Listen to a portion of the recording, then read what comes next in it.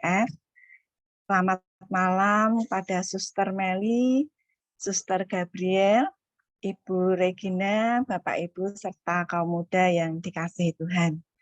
Puji syukur malam hari ini kita telah menyelesaikan bersama doa Rosario, Salam Ya Ratu, dan doa Memorare pada Santo Yusuf.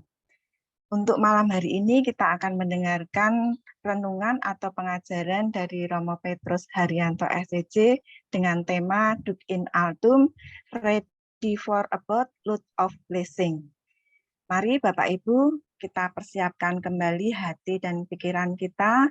Kita mohon pertolongan dari Bunda Maria supaya kita semua didoakan dan diberi dan supaya kita mendapatkan rahmat pengertian untuk renungan yang akan kita dengar malam hari ini dengan kembali mendaraskan doa 1 kali Salam Maria.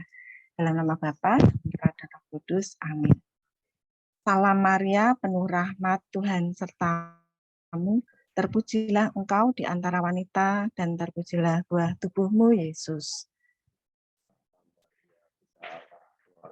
Santa Maria Bunda Allah, doakanlah kami yang berdosa ini sekarang dan waktu kami mati. Amin.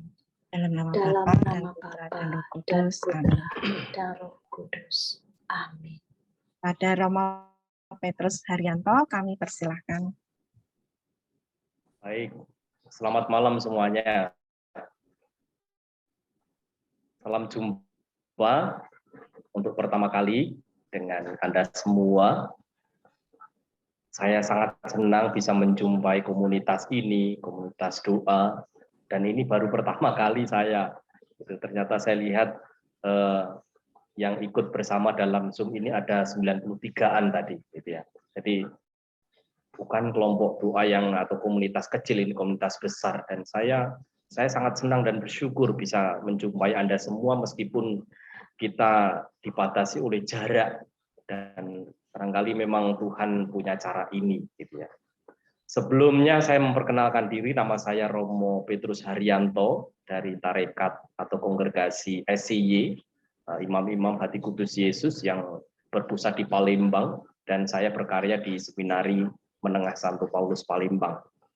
Pada kesempatan ini saya tidak bersama dengan Anda semua untuk bersama-sama saya juga ikut di dalamnya merenungkan bagaimana para murid itu diminta oleh Yesus untuk masuk lebih dalam atau menebarkan jala kembali setelah mereka mengalami keputusasaan, setelah bermalam-malaman mereka mencari ikan dan tidak mendapatkannya. Nah, perkenankan saya men-share PPT atau PowerPoint agar bisa diikuti, agar dengan mudah. Semoga bisa nanti dibaca.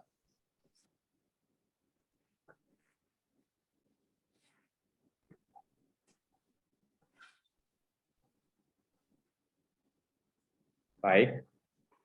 Apakah bisa dibaca? Bisa, Romo. Oke, baik. Duc in altum atau put out into deep water, artinya masuk lebih dalam. Istilah ini tentu bukan istilah yang asing untuk di telinga kita. Kita sudah akrab, hanya saja kata-kata ini jarang kita dengarkan. Tetapi untuk Tuhan mengajak kita masuk lebih dalam itu seringkali itu kita rasakan demikian. Nah, sebelum saya masuk nanti membacakan Injil yang akan kita renungan bersama, sebetulnya ini lagu, saya tidak bisa nyanyi. Saya juga mau tampilkan lagu juga nanti malah agak panjang. Ini lagu berbahasa Itali. Servo per amore, melayani untuk mencintai. Syairnya sangat indah sekali. Una notte di sudore, suatu malam berkeringat.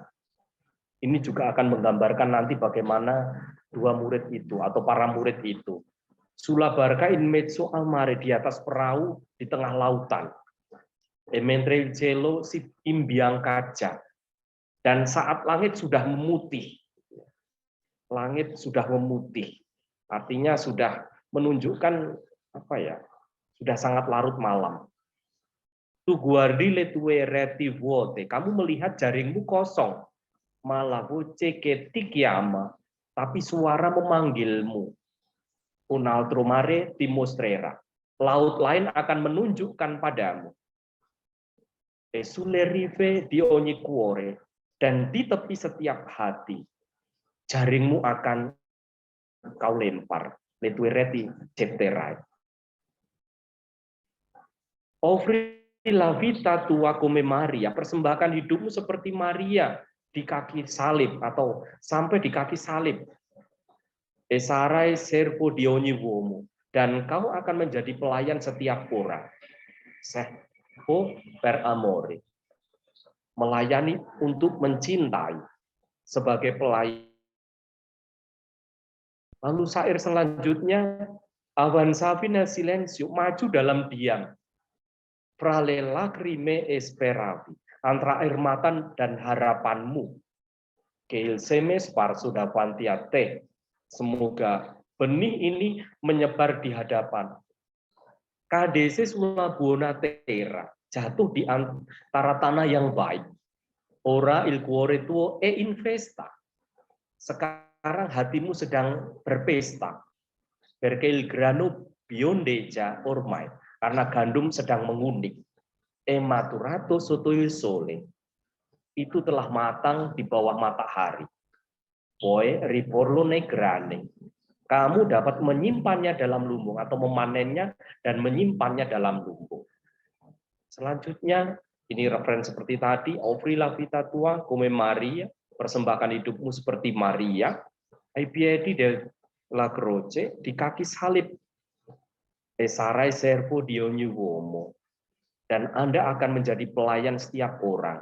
Servo per amore, saya melayani untuk mencintai sebagai pelayan kemanusiaan. Saudari dan saudaraku, tentu kata-kata yang, nah ini ada yang bisa, yang ini ada yang masuk chat ini. Romo, saya bisa nyanyi, Romo. Nah, apakah request mau nyanyi? Diberi kesempatan, saya tampilkan syairnya. Silakan.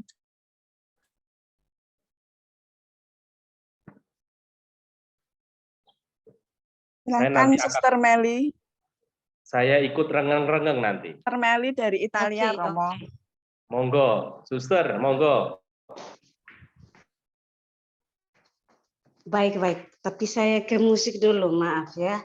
2 menit.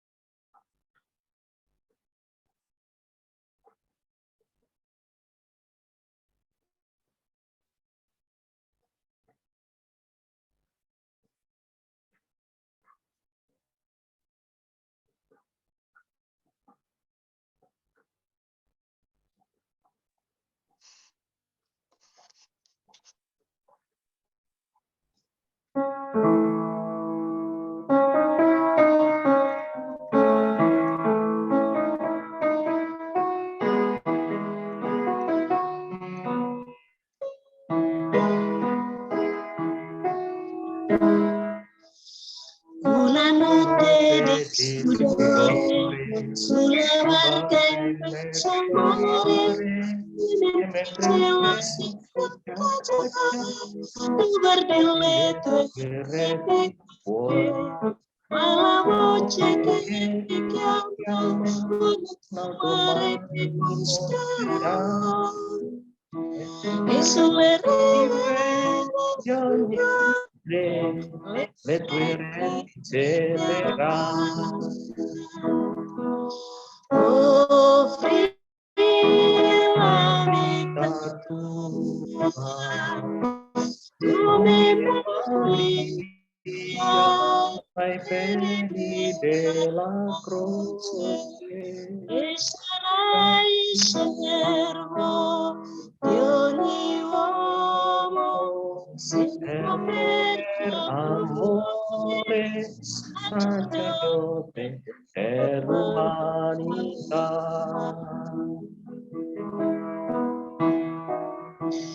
Avanza Nel nel silenzio alle lacrime speravi, mi sparso davanti a te, padesse sulla buona terra, ora il cuore tuo in festa, perché il gran nobile ormai è maturato sotto il sole, por la negra mañana. Offri la vita tua come Maria ai piedi della croce e sarai servo di ogni uomo, servo per amore, sacerdote dell'umanità.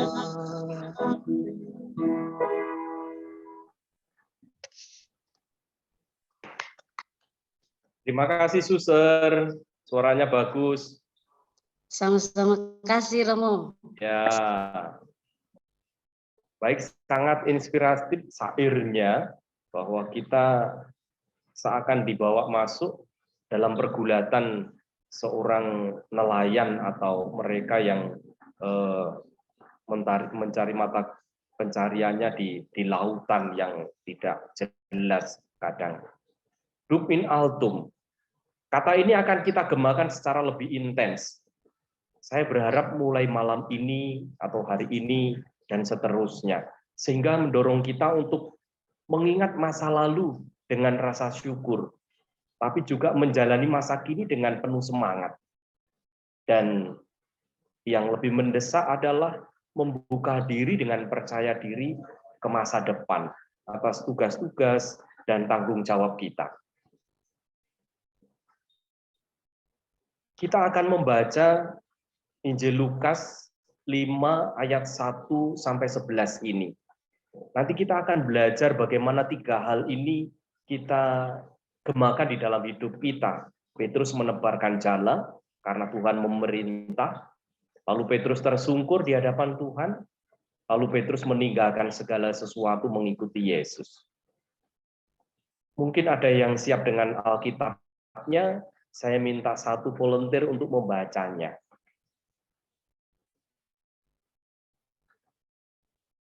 Di sini ada teks tapi kecil-kecil. Barangkali bisa dibaca lewat ini juga.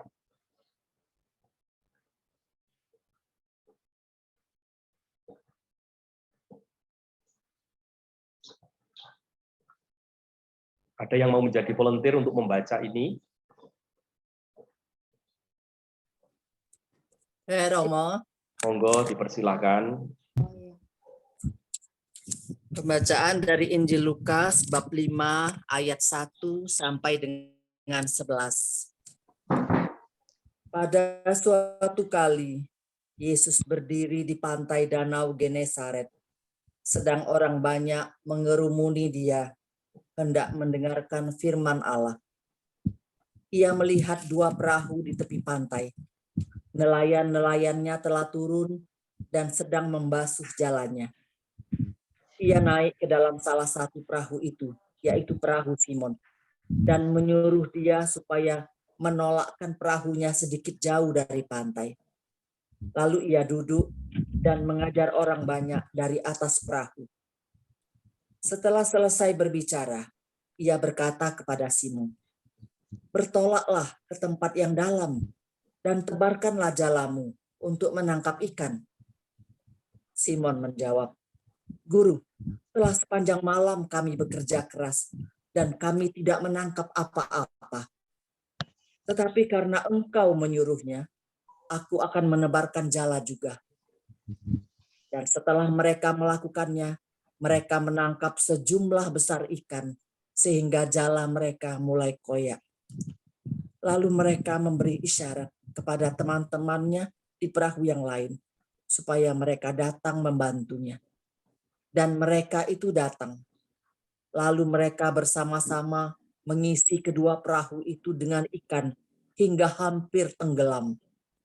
Ketika Simon Petrus melihat hal itu, ia pun tersungkur di depan Yesus dan berkata, "Tuhan, pergilah daripadaku, karena aku ini seorang berdosa." Sebab ia dan semua orang yang bersama-sama dengan dia takjub oleh karena banyaknya ikan yang mereka tangkap. Demikian juga Yakobus dan Yohanes, anak-anak Zebedeus, yang menjadi teman Simon.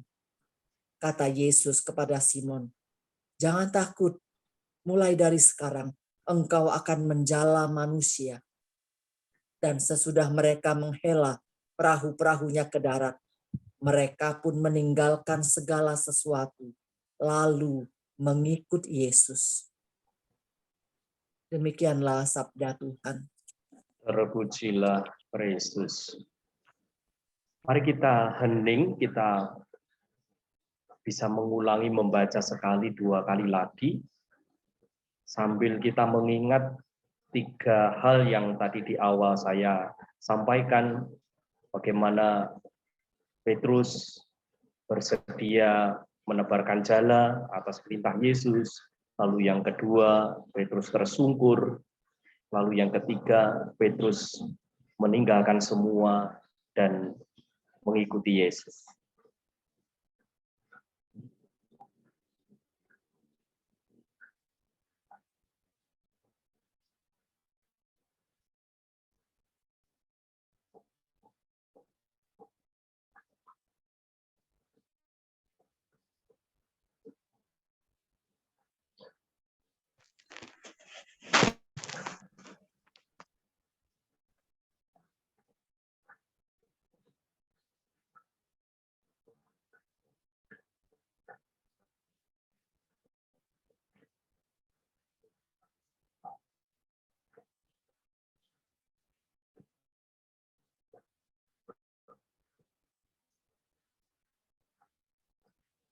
Sambil menyelesaikan membacanya sendiri, kita lihat bahwa Yesus tidak hanya mengajar di sinagoga atau di tempat ibadat yang khusus, atau audien yang sudah terpilih di sinagoga, tetapi dimanapun, di tempat mana, di mana ada orang yang ingin mendengarnya, bahkan di pantai.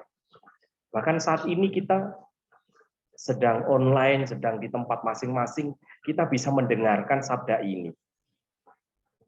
Mari kita cermati tiga hal tadi, sehingga kita bisa menemukan beberapa serpian permenungan yang seringkali terlewatkan manakala kita membacanya. Bagian pertama itu ayat 1-7. Petrus menebarkan jalannya seperti perintah Yesus. Bagian ini menceritakan panggilan Tuhan Yesus kepada Petrus dan kedua rekannya, Yohanes dan Yakobus. Mereka bekerja sebagai nelayan. Pada waktu itu kita bisa sedikit membayangkan, melihat bagaimana dinamika mereka, selalu sebagian besar waktunya itu dihabiskan di laut, di pantai, dan seterusnya. Tuhan Yesus melihat mereka sedang membersihkan jala bersama dengan para nelayan yang lain. Rupanya semalaman mereka bekerja dengan sia-sia dan mereka tidak mendapatkan tangkapan sama sekali. Dan pada waktu situasi seperti itulah sebetulnya Yesus datang. Lihat, Yesus menjumpai hidup harian mereka. Hidup mereka sangat bergantung dari berapa banyak ikan yang tersangkut di jalannya. Maka mereka akan bersyukur bila hari itu mereka mendapatkan sejumlah ikan. Tetapi tak jarang juga seperti kisah ini, mereka pulang dengan kecewa karena tak seekor pun ikan tersangkut di jalan mereka. Sekali lagi, Tuhan menjumpai hidup sehari-hari mereka. Tentu juga hidup sehari-hari kita. Dan sadar atau tidak itu ada bahaya burnout atau kebosanan berhadapan dengan rutinitas itu. Saya sangat yakin mereka sebagai nelayan juga dihadapkan pada situasi itu. Kebosanan yang paling bosan barangkali. Lalu kebosanan itu juga terjadi di dalam keseharian hidup kita yang saat ini mungkin kita sedang jalani. Atau di masa-masa yang telah lewat yang pernah kita alami. Barangkali juga akan menghadang kita ke depannya nanti. Sepertinya apapun yang kita kerjakan sudah dengan baik, penuh dengan totalitas atau dedikasi, dengan kerja keras kita. Tetapi mungkin kita harus bertanya-tanya diri juga. Jangan-jangan kita merasa seperti Petrus, tidak mendapat apa-apa dari apa yang kita kerjakan, dari apa-apa yang sudah kita rencanakan jauh-jauh hari, barangkali semacam itu. Maka berhadapan dengan situasi yang monoton, kadang penuh dengan kebosanan, tapi juga ada sukacitanya barangkali. Tak jarang bahwa kita mengalami sesuatu yang sulit di sana, ingin mencari sesuatu yang lebih menyegarkan. Istilah sekarang sering kita menggunakan istilah healing. Saya ingin healing, saya ingin mendapatkan situasi yang saya bisa memperoleh kesegaran kembali. Ada banyak hal yang dilakukan. Maka pertanyaan untuk kita ketika kita juga mengalami yang serupa seperti yang dialami oleh para murid itu, sudahkah Yesus ada di perahu kehidupanku atau kehidupan kita? Jangan-jangan apa yang kita kerjakan tidak bermakna, malah melelahkan, sebab Yesus memang tidak pernah hadir atau tidak pernah kita undang untuk ada di perahu hidup kita. Saya kira ini pertanyaan yang sangat esensial untuk terus kita tanyakan pada diri kita manakala kita ada dalam situasi seperti itu. Lalu undangan untuk bertolak ke tempat yang dalam dan tebarkanlah jalamu. Memang dalam bagian ini saya beri judul Petrus menebarkan jalannya seperti perintah Tuhan Yesus. Tetapi tidak serta-merta bahwa Petrus itu langsung, "Ya Tuhan, saya akan menebarkan jalan." Tidak. Mereka tentu ada dalam kegundah gulanaannya, ada kegalauan juga. Kita bisa mengerti bahwa secara logis Petrus bisa menolak perintah Tuhan Yesus. Dia kan seorang nelayan, sementara Tuhan Yesus, dia dididik, dibesarkan sebagai anak tukang kayu, seperti ayahnya. Maka sepintas lalu perintah bertolaklah ke tempat yang dalam dan tebarkan jalamu untuk menangkap ikan, itu seolah tidak ada masalah perintah itu. Tetapi jika kita perhatikan lebih mendalam, perintah ini sangat janggal. Simon jelas protes di sana. Mempertanyakan apakah Yesus sebagai guru tidak tahu bahwa saya itu bukan pemalas, saya itu nelayan yang bekerja keras, kan kayak gitu kan. Dalam keputusasaan diminta untuk bertolak. Dan Petrus dan teman-teman yang lain itu gejolaknya itu luar biasa. Saya membayangkan demikian. Sehingga apa yang dikatakan Yesus itu menyentak juga kayak gitu. Maka dia katakan, "Guru, kami berjuang sepanjang malam dan kami tidak menangkap apapun." Lihat, ada nada atau rasa frustrasi, kelelahan dan keputusasaan di sana. Lalu pertanyaan yang mungkin juga lebih bukan usil, tapi pertanyaan yang bisa mendalami lagi adalah mengapa ke tempat yang dalam, ya kan? Mengapa ke tempat yang dalam dari perintah ini tadi? Bertolaklah ke tempat yang dalam. Mengapa? Gitu ya.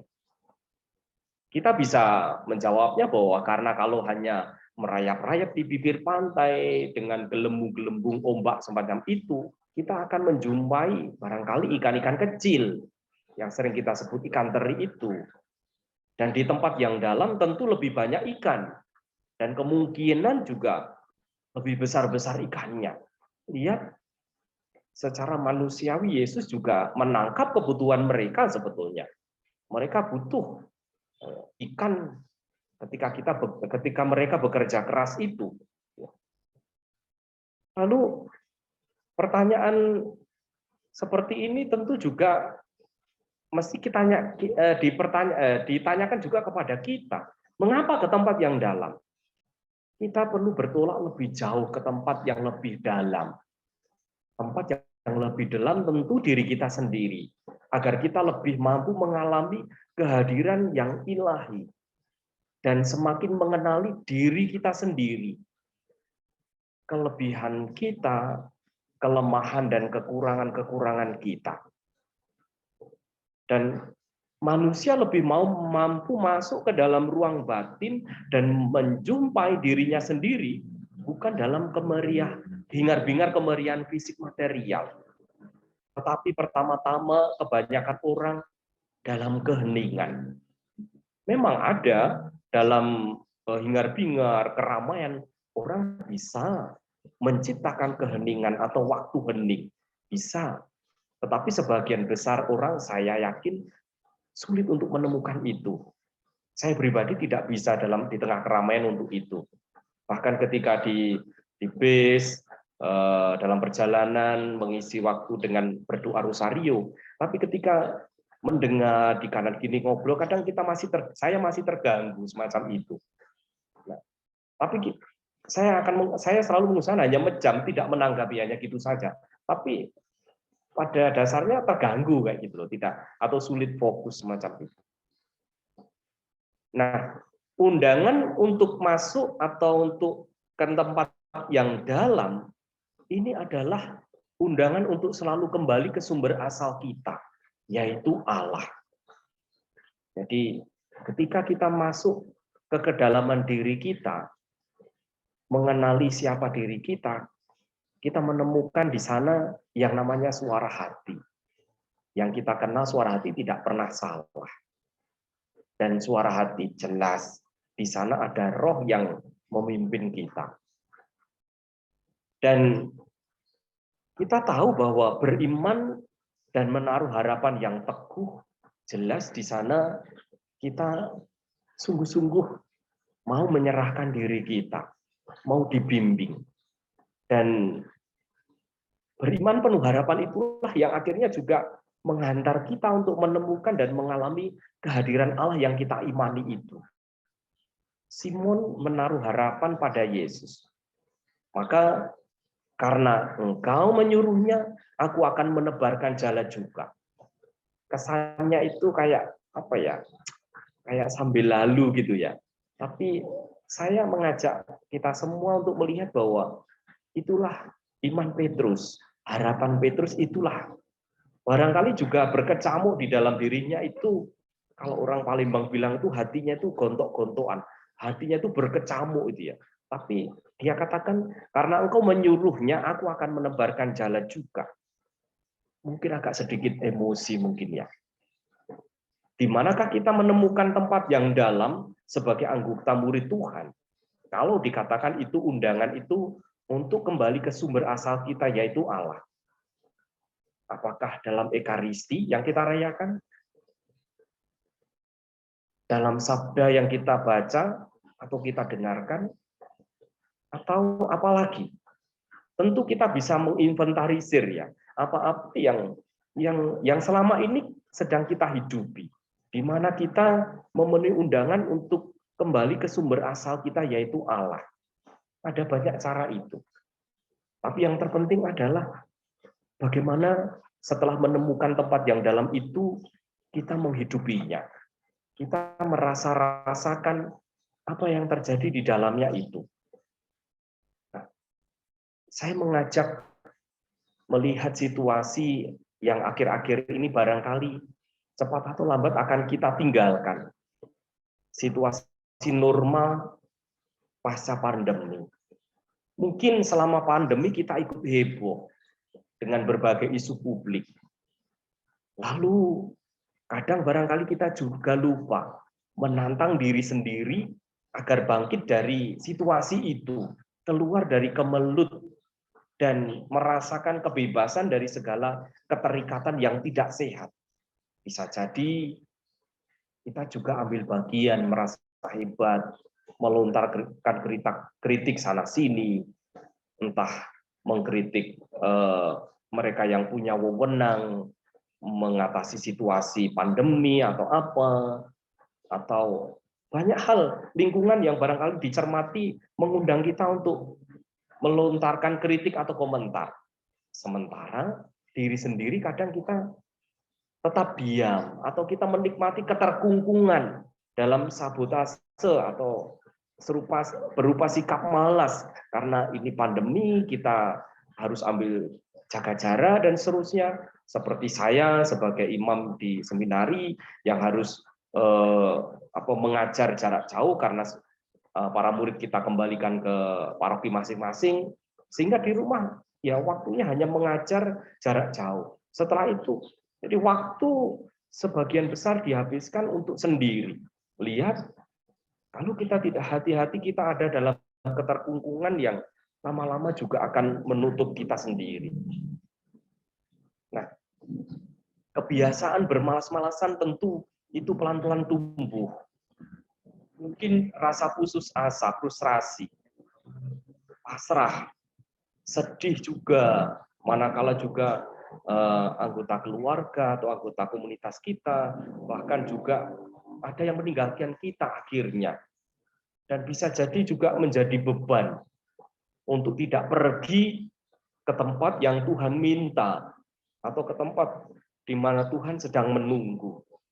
Seperti saya, karena di sini ada 6 imam, 6 romo, waktu itu para murid kita kembalikan, Romo Rektor meminta kami untuk misa sendiri-sendiri, alasannya bahwa COVID sedang mencekam lingkungan kita. Lihat di sana, apakah memang seperti itu Tuhan minta?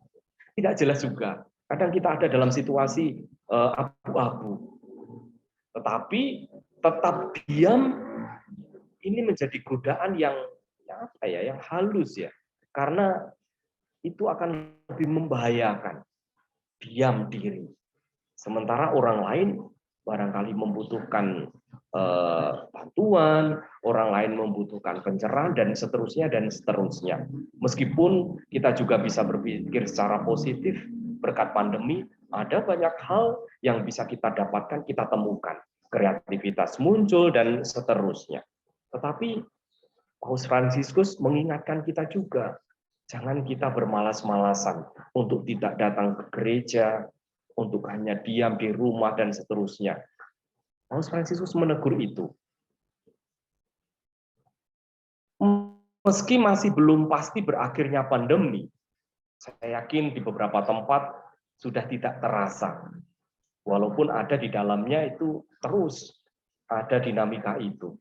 Kita ingin mendengarkan dalam situasi ini kata Yesus, "Duc in altum", artinya jangan hanya diam, jangan hanya tertawan dengan kebiasaan semasa pandemi, tetapi keluar, berlayar ke laut, katakanlah semacam itu. Artinya pergi keluar, angkat layar untuk dibawa kemana Roh meminta. Jadi ini yang sangat penting dan mendesak. Mungkin mudah bagi kita untuk berpikir bahwa banyak yang telah kulakukan. Dan memang benar, telah banyak yang diperbuat. Tapi Tuhan menuntut lebih dari yang telah kita lakukan itu. Dibutuhkan keputusan yang jelas, komitmen yang baru, menjalankan aktivitas dengan dedikasi yang besar demi kesejahteraan yang kita cita-citakan. Entah sebagai pribadi, di tengah keluarga, di tengah masyarakat, dan dimanapun kita berada. Tapi tadi saya katakan, di tengah protesnya Simon, si tukang protes itu, ia berkata, "Tetapi karena engkau menyuruhnya, aku akan menebarkan jala juga." Percaya pada firman Yesus, mereka kembali menebarkan jala dan melanjutkan perjuangannya. Saudari dan saudaraku, sabda Yesus memiliki lebih banyak kekuatan bagi mereka daripada pengalaman malam yang membuat frustrasi itu. Tentu sabda Yesus juga memiliki lebih banyak kekuatan untuk kita daripada pengalaman-pengalaman yang seringkali menyulut kita untuk diam, untuk putus asa, dan seterusnya itu. Petrus, singkatnya Petrus taat pada perintah Tuhan. Dia bertolak ke tempat yang dalam dan menebarkan jalannya. Tempat seperti apa yang Tuhan perintahkan itu. Dan apa yang terjadi? Petrus memperoleh hasil tangkapan yang luar biasa banyak. Bahkan Simon Petrus membutuhkan bantuan dari orang dan perahu yang lain. Sehingga dua perahu mereka hampir tenggelam karena terlalu banyak ikan yang didapat. Saudari dan saudaraku, kita tidak sendiri. Ada orang-orang di sekitar kita. Lihat dalam komunitas doa ini. Kita hadir meskipun dibatasi dengan jarak dan seterusnya. Lihat kita menjadi tahu apa kebutuhan saudari-saudara kita dalam intensi yang kita doakan, dalam intensi yang kita minta doakan bersama dalam kelompok ini. Undangan untuk masuk ke lebih yang dalam adalah undangan untuk selalu kembali ke sumber asal kita. Maka seperti yang tadi saya katakan, saya ulang kembali, beriman dan menaruh harapan yang teguh. Ini akan membimbing kita menemukan dan mengalami kehadiran Allah. Simon menaruh harapan pada Yesus, pada firman-Nya. Karena engkau menyuruhnya, aku akan menebarkan jala juga. Patuh terhadap apapun arahan Tuhan Yesus, walaupun terlihat tidak masuk akal bagi Simon Petrus. Maka ketika kita mengarahkan pelayanan kita, seperti apa yang Tuhan mau, Roh memimpin, maka pelayanan kita tidak akan sia-sia, tetapi akan menjadi pelayanan yang berbuah banyak. Semoga itu terjadi. Dan sebagai sounding, bagian pertama ini, sounding artinya bisa kita gemakan dalam harian hidup kita. Apakah saya pernah mengalami situasi yang membuat saya merasa sangat kecil? Apa yang kulakukan ketika berhadapan dengan situasi itu? Pernahkah kesulitan-kesulitan itu sampai pada titik keputusasaan? Dan bagaimana saya keluar dari situasi itu? Apakah saya melarikan diri atau saya mengatasinya? Petrus dengan pola nalarnya, logikanya, dia bisa keluar dari sana. Dia tidak tinggal diam dalam keputusasaan. Dia taat dengan apa yang disabdakan Tuhan.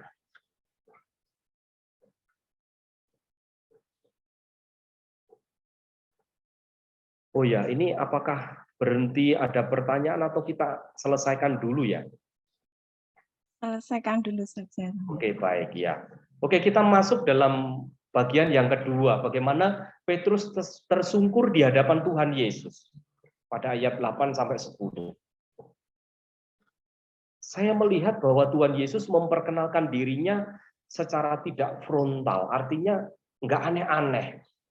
Yesus justru mengikuti pola nalar Petrus sendiri.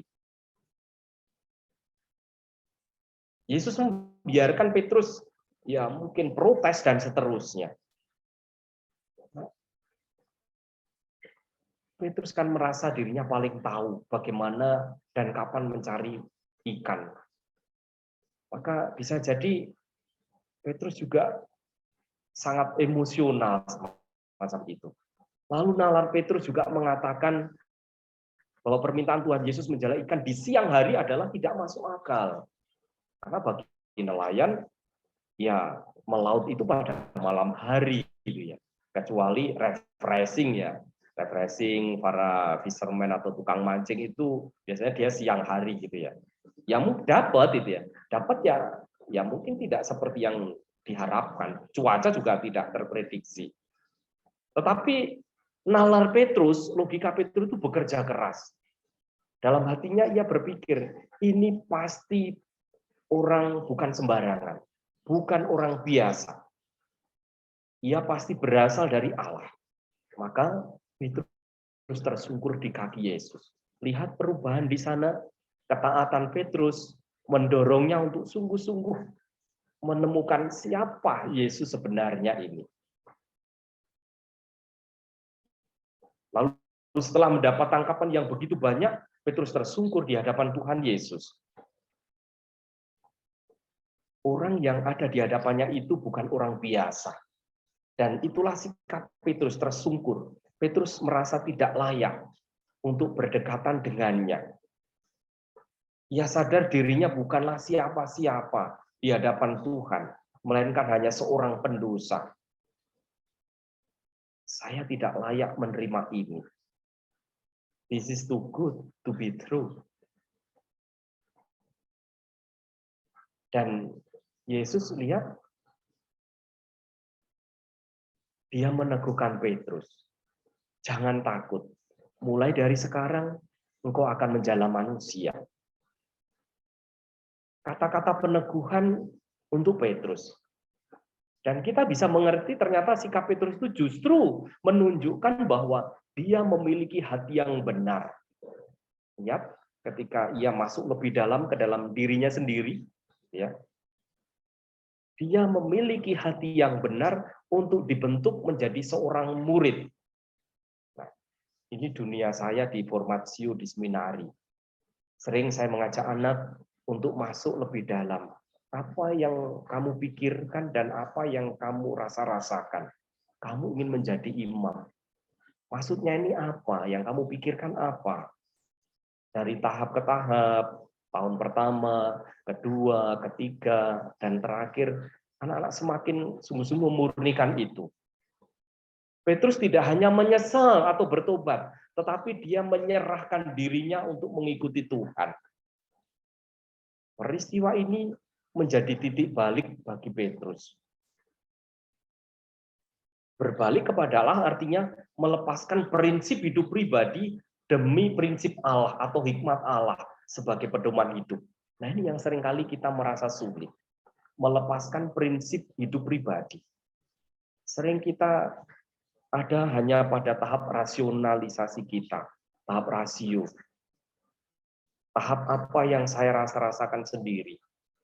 Dan Petrus ketika dia menanggalkan, melepaskan prinsip hidup pribadinya, ia pelan-pelan beralih kepada prinsip atau hikmat Allah. Dan di sanalah dia dipimpin oleh Roh di dalam hidup selanjutnya di tengah pelayanannya. Apakah banyaknya masalah, tekanan, dan persoalan hidup yang pelik sudah kita jadikan kesempatan bagi Yesus untuk memasuki hidup Anda? Lihat, kalau di awal tadi saya melontarkan, apakah ada tempat dalam hidup kita, dalam kapal kita, untuk Yesus?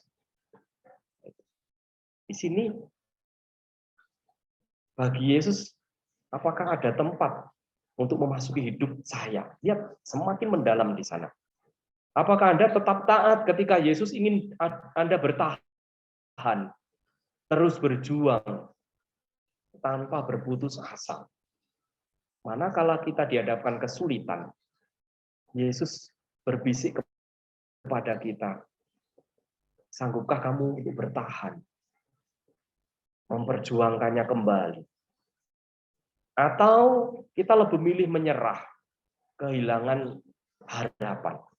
Ini juga pertanyaan kita terus-menerus. Kita soundingkan, kita gemakan di dalam hidup harian kita. Lalu yang ketiga, yang terakhir, Petrus meninggalkan segala sesuatu untuk mengikuti Tuhan. Saya katakan di sini, setiap panggilan mengikuti Yesus, itu juga termasuk panggilan meninggalkan hal-hal lain. Ini bagi Petrus. Dia harus meninggalkan jalan, perahu, orang-orang terdekat, rumah, dan seterusnya. Mengikuti panggilan juga sekaligus meninggalkan. Setelah Tuhan Yesus memanggil Petrus menjadi manusia, Petrus dan kedua rekannya pun langsung meninggalkan segala sesuatunya. Lihat ada perubahan visi di sana ketika mereka meletakkan atau melepaskan prinsip hidup pribadi. Dan kalau kita cermati lebih mendalam, mereka itu memiliki prioritas. Mereka tahu seberapa tinggi nilai panggilan Tuhan yang akan mereka jalani. Mereka selama ini menjala ikan demi memenuhi kebutuhan fisik. Maka sekarang mereka menjala manusia, sesuatu yang bernilai rohani. Ketika saya masuk dalam Zoom ini tadi, forum ini tadi, melihat jumlah orang yang ikut sebegitu banyak, saya langsung berpikir ini, gitu ya. Apa yang mereka ini cari, gitu ya. Bukankah lebih enak, lebih nyaman bercengkrama dengan keluarga,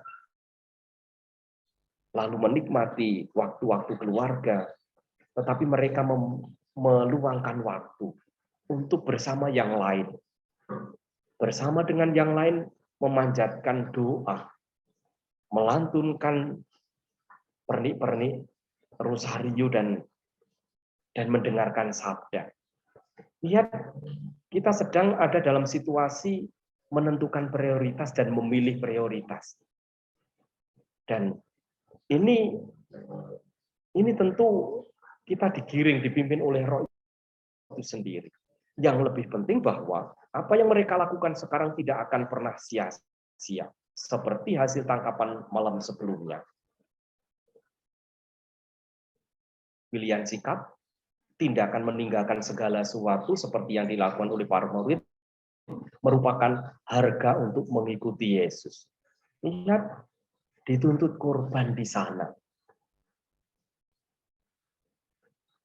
Allah memanggil siapapun untuk masuk dalam hubungan dengan dirinya. Kemudian dia memanggil setiap kita untuk melayani.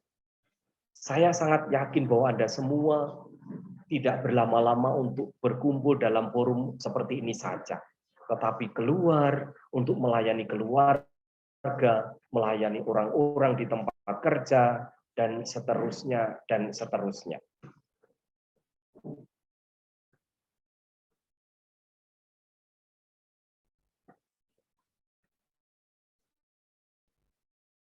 Lalu bagaimana panggilan Allah untuk mengikuti Dia juga memanggil Anda, memanggil saya untuk meninggalkan hal-hal lain yang rasa-rasanya prioritasnya tidak lebih tinggi semacam itu.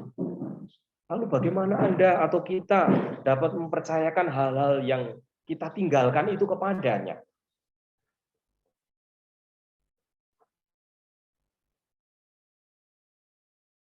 Panggilan yang sekarang ini kita pilih, entah sebagai imam, biarawan-biarawati, sebagai bapak keluarga, sebagai seorang guru, dan seterusnya, ini adalah panggilan yang sangat khusus.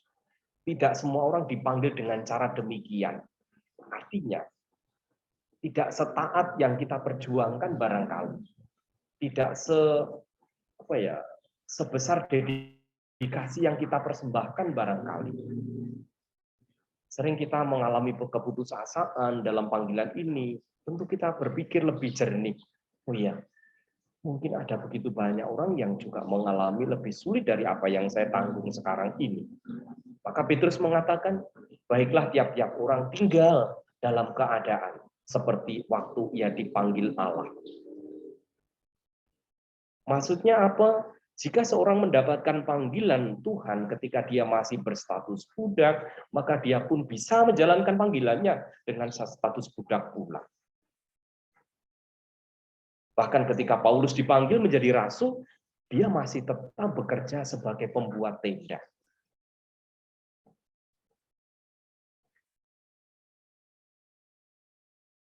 Titik simpul yang bisa saya temukan, yang kita bisa temukan adalah kita telah belajar dari Petrus bahwa Tuhan mencari orang yang taat kepada kehendak-Nya. Tuhan mencari orang yang rendah hati. karena PK dengan kekudusannya dan sepenuh hati menjalankan panggilannya. Maka sekali lagi marilah kita bersandar pada Roh Allah, Roh Kudus untuk dapat meneladani sikap para tokoh iman ini, Petrus dan rekan-rekannya itu. Dengan begitu kita dapat menjalankan panggilan Tuhan dengan setia sampai akhir. 1 Yohanes Paulus kedua mengatakan prendi in largo sensati tubatsi in profundita. Artinya segera pergi, segera lakukan tanpa harus berpura-pura atau tanpa menggerutu untuk kita menjadi semakin mendalam. Dan refleksi yang bisa kita bawa pulang untuk kita bisa jawab masing-masing di rumah. Di antara ketiga hal yang tadi diteladankan oleh Petrus, mana yang paling sulit Anda lakukan dan mengapa? Lalu bagaimana tanggapan Anda terhadap orang-orang yang sebenarnya jauh dari Tuhan? Mungkin kita melihat sekilas gitu saja ya. Bahkan orang yang meninggalkan Tuhan. Namun kok kelihatan begitu berhasil dalam pelayanan mereka, berhasil di dalam pekerjaan mereka. Yang ketiga, setelah menjadi murid Tuhan, Petrus pernah jatuh dan menyangkal. Mengapa bisa terjadi? Dan bagaimana seharusnya yang kita lakukan untuk menghindari hal-hal semacam ini? Menyangkal atau meninggalkan dan seterusnya itu. Apa yang bisa kita lakukan untuk menghindarinya? Saudari dan saudaraku, demikian yang bisa saya sampaikan. Permenungan malam ini semoga membantu kita untuk sungguh-sungguh bisa masuk lebih dalam dari apa-apa yang sedang kita perjuangkan, sedang kita hidupi di waktu-waktu akhir-akhir ini. Terima kasih atas perhatiannya. Saya kembalikan kepada Mbak Vero tadi ya. Terima kasih Romo atas renungan malam hari ini. Sangat menguatkan kami semua. Dul in actum. Tuhan mencari orang yang taat pada kehendaknya karena peka dengan kekudusan dan sepenuh hati menjalankan panggilannya. Terima kasih Romo, karena waktu sudah larut malam. Kami mohon Romo mungkin setelah acara ini bisa memberikan kami waktu tenggang sebentar lagi untuk mungkin ada beberapa dari Bapak Ibu yang akan bertanya Romo, tapi setelah kita tutup dengan doa terlebih dahulu, doa penutup. Ya. Kami mohon Romo berkenan untuk mendoakan intensi dari saudara-saudara kita malam hari ini. Baik, ini saya tutup ini ya. Ya. Intensi doa malam hari ini dimohon untuk memohon berkat dan perlindungan kekuatan kesehatan untuk para imam-imam, terutama imam misionaris di daerah yang sulit, serta mohon kesembuhan untuk keluarga LPF dan umat Allah, para biarawan dan para imam yang sedang sakit agar segera pulih dan sehat kembali. Terkhusus bagi Sisilia Halida, Sucien, Koan, Hunli, Suster Femi CSV, Vera Sofian, Leni Kecik, Viane Avela, Hendri, Faustina, Inghiamiao, Mariatan, Haitung, Loreta, Anna, Titik, Verena, Yuyun Yuliati, Priscilia, Muriani Chandra, Gaudecia Evita Raharja, Edi, dan Ibu Herlimawati. Mohon juga pemulihan pasca operasi untuk Ibu Dr. Swani, dan mohon rahmat serta pertolongan Tuhan bagi baby yang dilahirkan Ibu Sylvia. Juga mohon berkat perlindungan bagi ibu-ibu yang sedang mengandung dan mohon keturunan bagi pasangan yang sangat merindukan kehadiran anak. Kami juga mohon berkat bagi kami semua yang malam hari ini ikut hadir dalam doa Romo, dan kami persilahkan untuk nanti setelah doa penutup kami mohon Bapak Ibu untuk membuka kameranya, kita akan berfoto bersama Romo. Kami persilahkan Romo. Baik, mari kita akhiri doa kita. Mari kita bersatu dalam doa. Dalam nama Bapa dan Putra dan Roh Kudus. Amin. Allah Bapa yang Maha Kuasa dan kekal, pandanglah kami anak-anak-Mu yang bertekun dalam iman kami, dalam harapan kami, di dalam cinta yang kami kembangkan di dalam hidup kami. Kini dalam kebersamaan malam ini, di forum Zoom bersama ini, kami sangat bersyukur Engkau hadir, menjumpai, mengundang kami untuk hadir, baik secara online maupun mereka yang sudah karena suatu halangan meninggalkan forum ini. Bantu kami untuk terus melihat kehadiran-Mu, cinta-Mu yang besar di dalam setiap pengalaman hidup kami, agar kami semakin hari semakin dikuatkan pula di dalam hidup harian di tengah keluarga kami, di tengah komunitas, dalam tugas pelayanan kami. Dan biarlah kami juga menyatukan doa-doa kami malam ini secara khusus. Kami mohon berkat dan perlindungan-Mu serta kekuatan-Mu bagi para imam, mereka yang mendapatkan perutusan menjadi misionaris di daerah-daerah sulit, yang hari-hari ini barangkali mereka mengalami kesulitan, mungkin juga sakit, mungkin juga kesulitan yang lain yang dialami oleh mereka. Semoga Engkau senantiasa membawa pertolongan bagi mereka. Kami juga bawa dalam doa kami untuk keluarga, Love Praying Family dan umat Allah, para biarawan, biarawati, para imam yang sedang sakit, mereka yang sudah lanjut usia, agar segera pulih, sehat kembali, dan terhibur oleh orang-orang yang ada di sekitarnya. Secara khusus, kami juga mohon kesembuhan bagi mereka yang kami bawa dalam doa, mereka yang sedang sakit.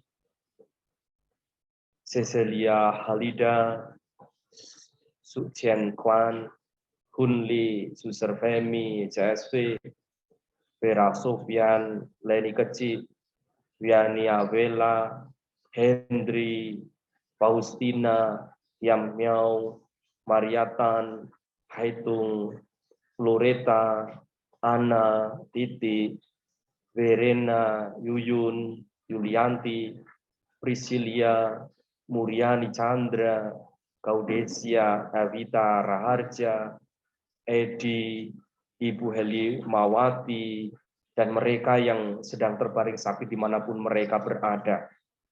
Serta mohon pemulihan pasca operasi untuk Ibu dari Dr. Swani. Semoga lekas sembuh, juga menjalankan aktivitas seperti biasanya. Kami juga mohon rahmat dan perlindungan-Mu ya Tuhan, bagi baby yang dilahirkan Ibu Sylvia. Semoga anak ini bertumbuh sehat di tengah keluarga, menjadi sumber kebahagiaan di tengah keluarga.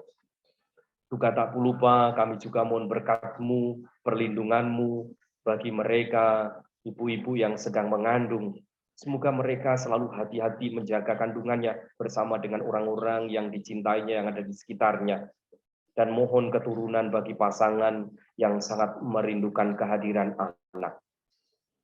Semoga wujud doa yang kami sampaikan kepadamu ini Tuhan, Engkau mendengarkannya. Dan tak lupa kami juga mohon perlindungan-Mu malam ini, agar kami dapat melanjutkan aktivitas kami selanjutnya, dan terlebih istirahat kami malam ini. Semua doa ini kami sampaikan kepadamu dengan pengantaraan Tuhan kami, Yesus Kristus. Amin. Bersama dengan Bunda Maria, kami hendak memanjatkan doa-doa kami. Kita doakan 3 kali salam Maria. Salam Maria, penuh rahmat Tuhan sertamu. Terpujilah engkau di antara wanita, dan terpujilah buah tubuhmu Yesus. Santa Maria Bunda Allah, doakanlah kami yang berdosa ini, sekarang dan waktu kami mati. Amin. Salam Maria, penuh rahmat Tuhan sertamu. Terpujilah engkau di antara wanita, dan terpujilah buah tubuhmu Yesus. Santa Maria Bunda Allah, doakanlah kami yang berdosa ini, sekarang dan waktu kami mati. Amin. Salam Maria, penuh rahmat Tuhan sertamu. Terpujilah engkau di antara wanita, dan terpujilah buah tubuhmu, Yesus. Santa Maria, Bunda Allah, doakanlah kami yang berdosa ini, sekarang dan waktu kami mati. Amin. Tuhan bersamamu, dan bersama rohmu, hidup kita dalam naungan berkat Allah yang Maha Kuasa, Bapa dan Putra dan Roh Kudus. Amin. Terima kasih, saya kembalikan Romo. kepada Pak Buya. Untuk selanjutnya kami persilahkan Bapak Ibu untuk membuka kameranya. Kita akan berfoto terlebih dulu dengan Romo. Silahkan Ibu Lucia. Iya, Bu. Kita foto dulu. Oke, terima kasih semua. Apakah Romo masih mempunyai waktu untuk kami, Romo? Atau Masih Oke. banyak ya. Kami persilakan Bapak Ibu bila ada yang ingin bertanya kepada Romo atau mungkin juga pertanyaan lain tidak sesuai tema mungkin bisa ya Romo. Kami persilakan siapa? Bapak Simon. Silakan Bapak Simon.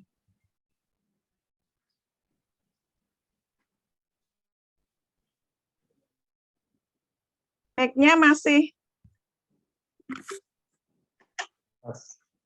Mic-nya Bapak Simon belum dibuka. Nah. Terima kasih Bu Vero, terima kasih